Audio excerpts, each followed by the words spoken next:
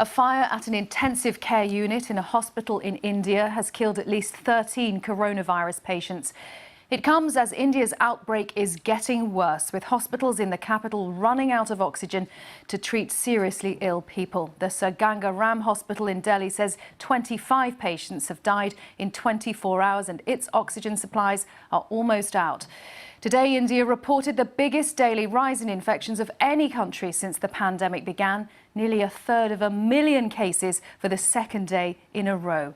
Overall cases now stand at over 16 million. The BBC's Nikhil Inamdar is in Miraj in Maharashtra, India's richest state, but one of the country's worst COVID hotspots. Not just in Maharashtra, but the situation across the country continues to actually remain quite grim. Yesterday, we shattered a global record of sorts with 315,000 fresh new cases.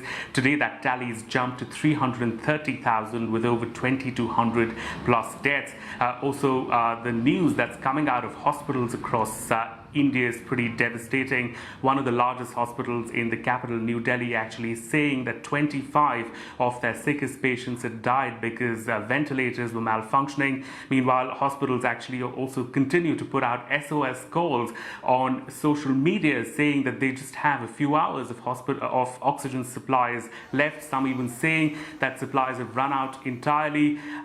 Patients, meanwhile, across the country scrambling for beds and ventilators. There's also a shortage of essential drugs for the treatment of COVID, such as remdesivir, being reported. Now, amid all of this, the Prime Minister Modi is going to be taking stock of the oxygen supply situation and also meeting with the federal ministers of states that are worst impacted by COVID-19. But for now, the situation on the ground is very worrying. And between all of this, we've also heard of yet another tragedy from a city close to Mumbai, Vasai, where an ICU actually caught fire, leading to 13 people dying.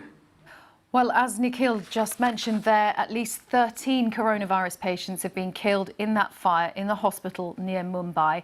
Flames engulfed the intensive care ward of the Vijay Vallabh private hospital in Virar on the outskirts of the city. Hundreds of other patients had to be evacuated from there.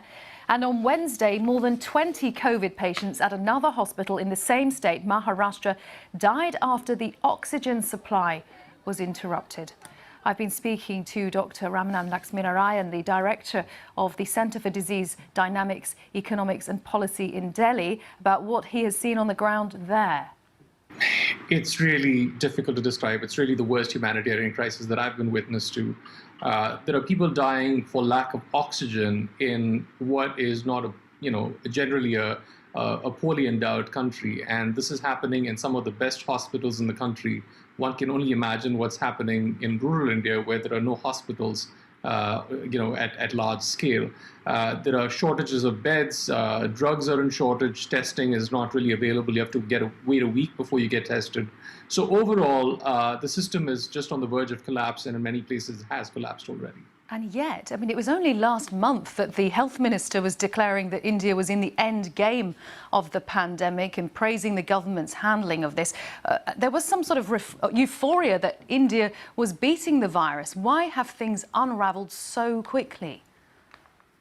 Things have unraveled quickly because this is how a virus spreads in a dense population. And this situation was avoided last year through a serious lockdown.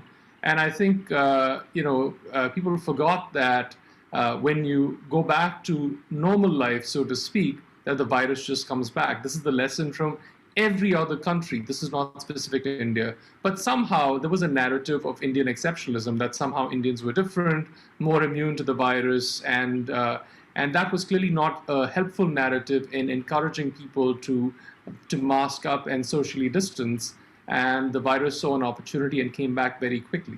Yeah, and I mean, just give us a sense of how it is spread, the worst hotspots, certain states in India. How badly is this on a national scale? Are there areas that are still largely unaffected where there are supplies of oxygen? So first of all, oxygen is a highly localized commodity, so it is required in the places where people are really sick. Also, what we see as hotspots are only places where testing is adequate. There are many parts of the country which are suffering, and we only have reports from there, but not the testing data, simply because the testing capacity doesn't exist. The health system in those places like UP and Bihar is just weak. so we just don't get to observe cases there. But I think now COVID has spread widely across the country. There's probably some pockets that still remain unaffected, but it would be a mistake to think that this is a disease just of Delhi, Mumbai, and a few capitals and some tier 2 towns. That is simply where the health system is picking up cases. COVID is a problem, I think, in many more places than that.